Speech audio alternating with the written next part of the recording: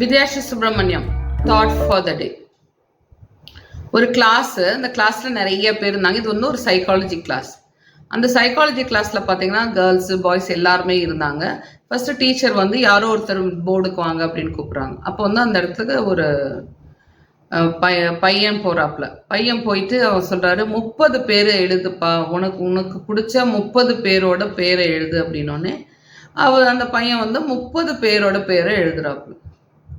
30 பேரோட பேர் எழுதுனதுக்கப்புறம் அவர் என்ன சொல்கிறாரு, சரி 30 பேர் எழுதிட்டியா, இப்போ நீ என்ன பண்ணும், உனக்கு ரொம்ப தேவையில்லாதவங்க அப்படிங்கிறவங்க ஒரு 5 பேரை அழிச்சிரு அப்படின்னு சொல்கிறாரு. இந்த பையன் வந்து 5 பேரை அழிச்சிடுறான். அதுக்கப்புறமே எப்பயாவது தான் பார்ப்ப, அவங்கள வந்து அவ்வளோ சீக்கிரமாக நீ வந்து நினைக்கவே மாட்ட, அந்த மாதிரி 5 பேர் அழிச்சிடுன்னா 5 பேர் அழிச்சிடுறாங்க. மீதி வந்து 20 பேர் இருக்குது. அப்புறம் வந்து உனக்கு சம்மந்தமே இல்லாத ஆட்கள் இருக்காங்க, அதாவது நீ டெய்லி பார்க்குறேன்னு பேர் எழுதிட்டா, ஆனால் உனக்கு சம்மந்தமே இல்லாத ஆட்கள் பேர் எழுதுன்னு சொன்னால் அது அழிச்சிடறாங்க. கடைசியில் வெறும் 4 பேர் தான் இருக்குது. 4 பேர் யார் யார் பேர் அப்படின்னு பார்த்தீங்கன்னா, அவரோட அம்மா அப்பா பேர் இருக்குது, அவரோட மனைவி பேர் இருக்குது, அவரோட குழந்தை பேர் இருக்குது. வந்தோடனே அப்போ தான் வந்து இந்த கிளாஸில் இருக்கவங்க எல்லாம் சீரியஸாக கவனிக்க ஆரம்பித்தாங்க. ஓ, இது சும்மா விளையாட்டுல ஏதோ சீரியஸாக சொல்கிறார் போல் அப்படின்னு சொல்லிட்டு கவனிக்க ஆரம்பித்தோடனே அவர் சொல்கிறாரு, அப்போ அடுத்தவரில் 2 பேரை நீ அழிச்சிடு அப்படின்னு சொன்னோடனே அந்த பையன் வந்து என்ன பண்ணுறாப்புல, அம்மா அப்பா பேரை அழிச்சிட்றாப்புல.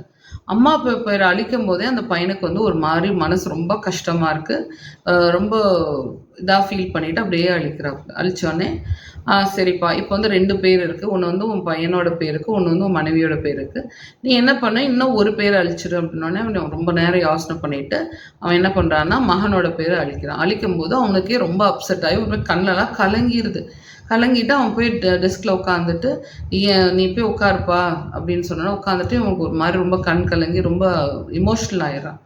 இமோஷ்னல் ஆனதுக்கப்புறம் ஒரு ஓகே நீ இப்போ நார்மல் ஆனதுக்கப்புறம் பேசுகிறார். உனக்கு இப்போ எப்படி தோணுது? இல்லை சார், நான் எப்படி சார் என்னோட அம்மா அப்பாவே நான் வந்து தேவையில்லை, நான் அழிச்சிட்டேன், நான் ரொம்ப ஃபீல் பண்ணுறேன். அது மட்டும் இல்லாமல் என்னோட பையனோட பேரை நான் அழிச்சோடனே எனக்கு வந்து ரொம்ப மனசு கஷ்டமாச்சு அப்படின்னோடனே இவர், சரி உனக்கு வந்து நான் சாய்ஸ் கொடுத்தேன், அம்மா அப்பாவும் பையன் மனைவியும் சாய்ஸ் கொடுத்தேன், நீ ஏன் மனைவியை சூஸ் பண்ண அப்படின்னு கேட்டதுக்கு அப்போ அந்த பையன் சொன்னாப்புல, இல்லைங்க சார், அம்மா அப்பா இருக்காங்க, ஆனால் அவங்க வந்து ரொம்ப நாள் இருக்க மாட்டாங்க, ஒரு ஸ்டேஜில் இறந்துருவாங்க.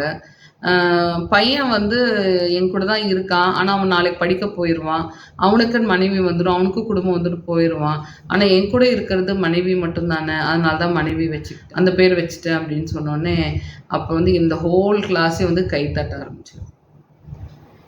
இந்த ஃபீலிங் நமக்கும் இருக்கா? நம்மளை சுற்றி இருக்கவங்க எவ்வளோ பேர் இருந்தாலும் நம்ம கூட இருக்கிற மனைவியோ கணவனோ எவ்வளோ நம்மளோட ட்ராவல் பண்ண போகிறாங்க, கடைசி வரையில் யார் வர போகிறாங்க, அவங்கள நம்ம மதிச்சிருக்கோமா, அவங்களோட மனசு அவங்களோட உணர்வுகளுக்கு நம்ம முக்கியத்துவம் கொடுத்துருக்கோமான்னு நம்ம தான் பார்க்கணும். நம்ம எவ்வளோ முக்கியத்துவம் எவ்வளோ அவங்களோட ட்ராவல் பண்ண போகிறோன்னா, எனக்கு தெரிஞ்சு ஒரு கப்பல் சின்ன வயசுலேருந்து எப்போ பார்த்தாலும் சண்டை போட்டுகிட்டே இருந்தாங்க. அப்புறம் ஒரு ஸ்டேஜ் வந்தோடனே பொண்ணுக்கு கல்யாணம் பண்ணி கொடுத்துட்டாங்க, பையனுக்கு கல்யாணம் பண்ணி கொடுத்துட்டாங்க.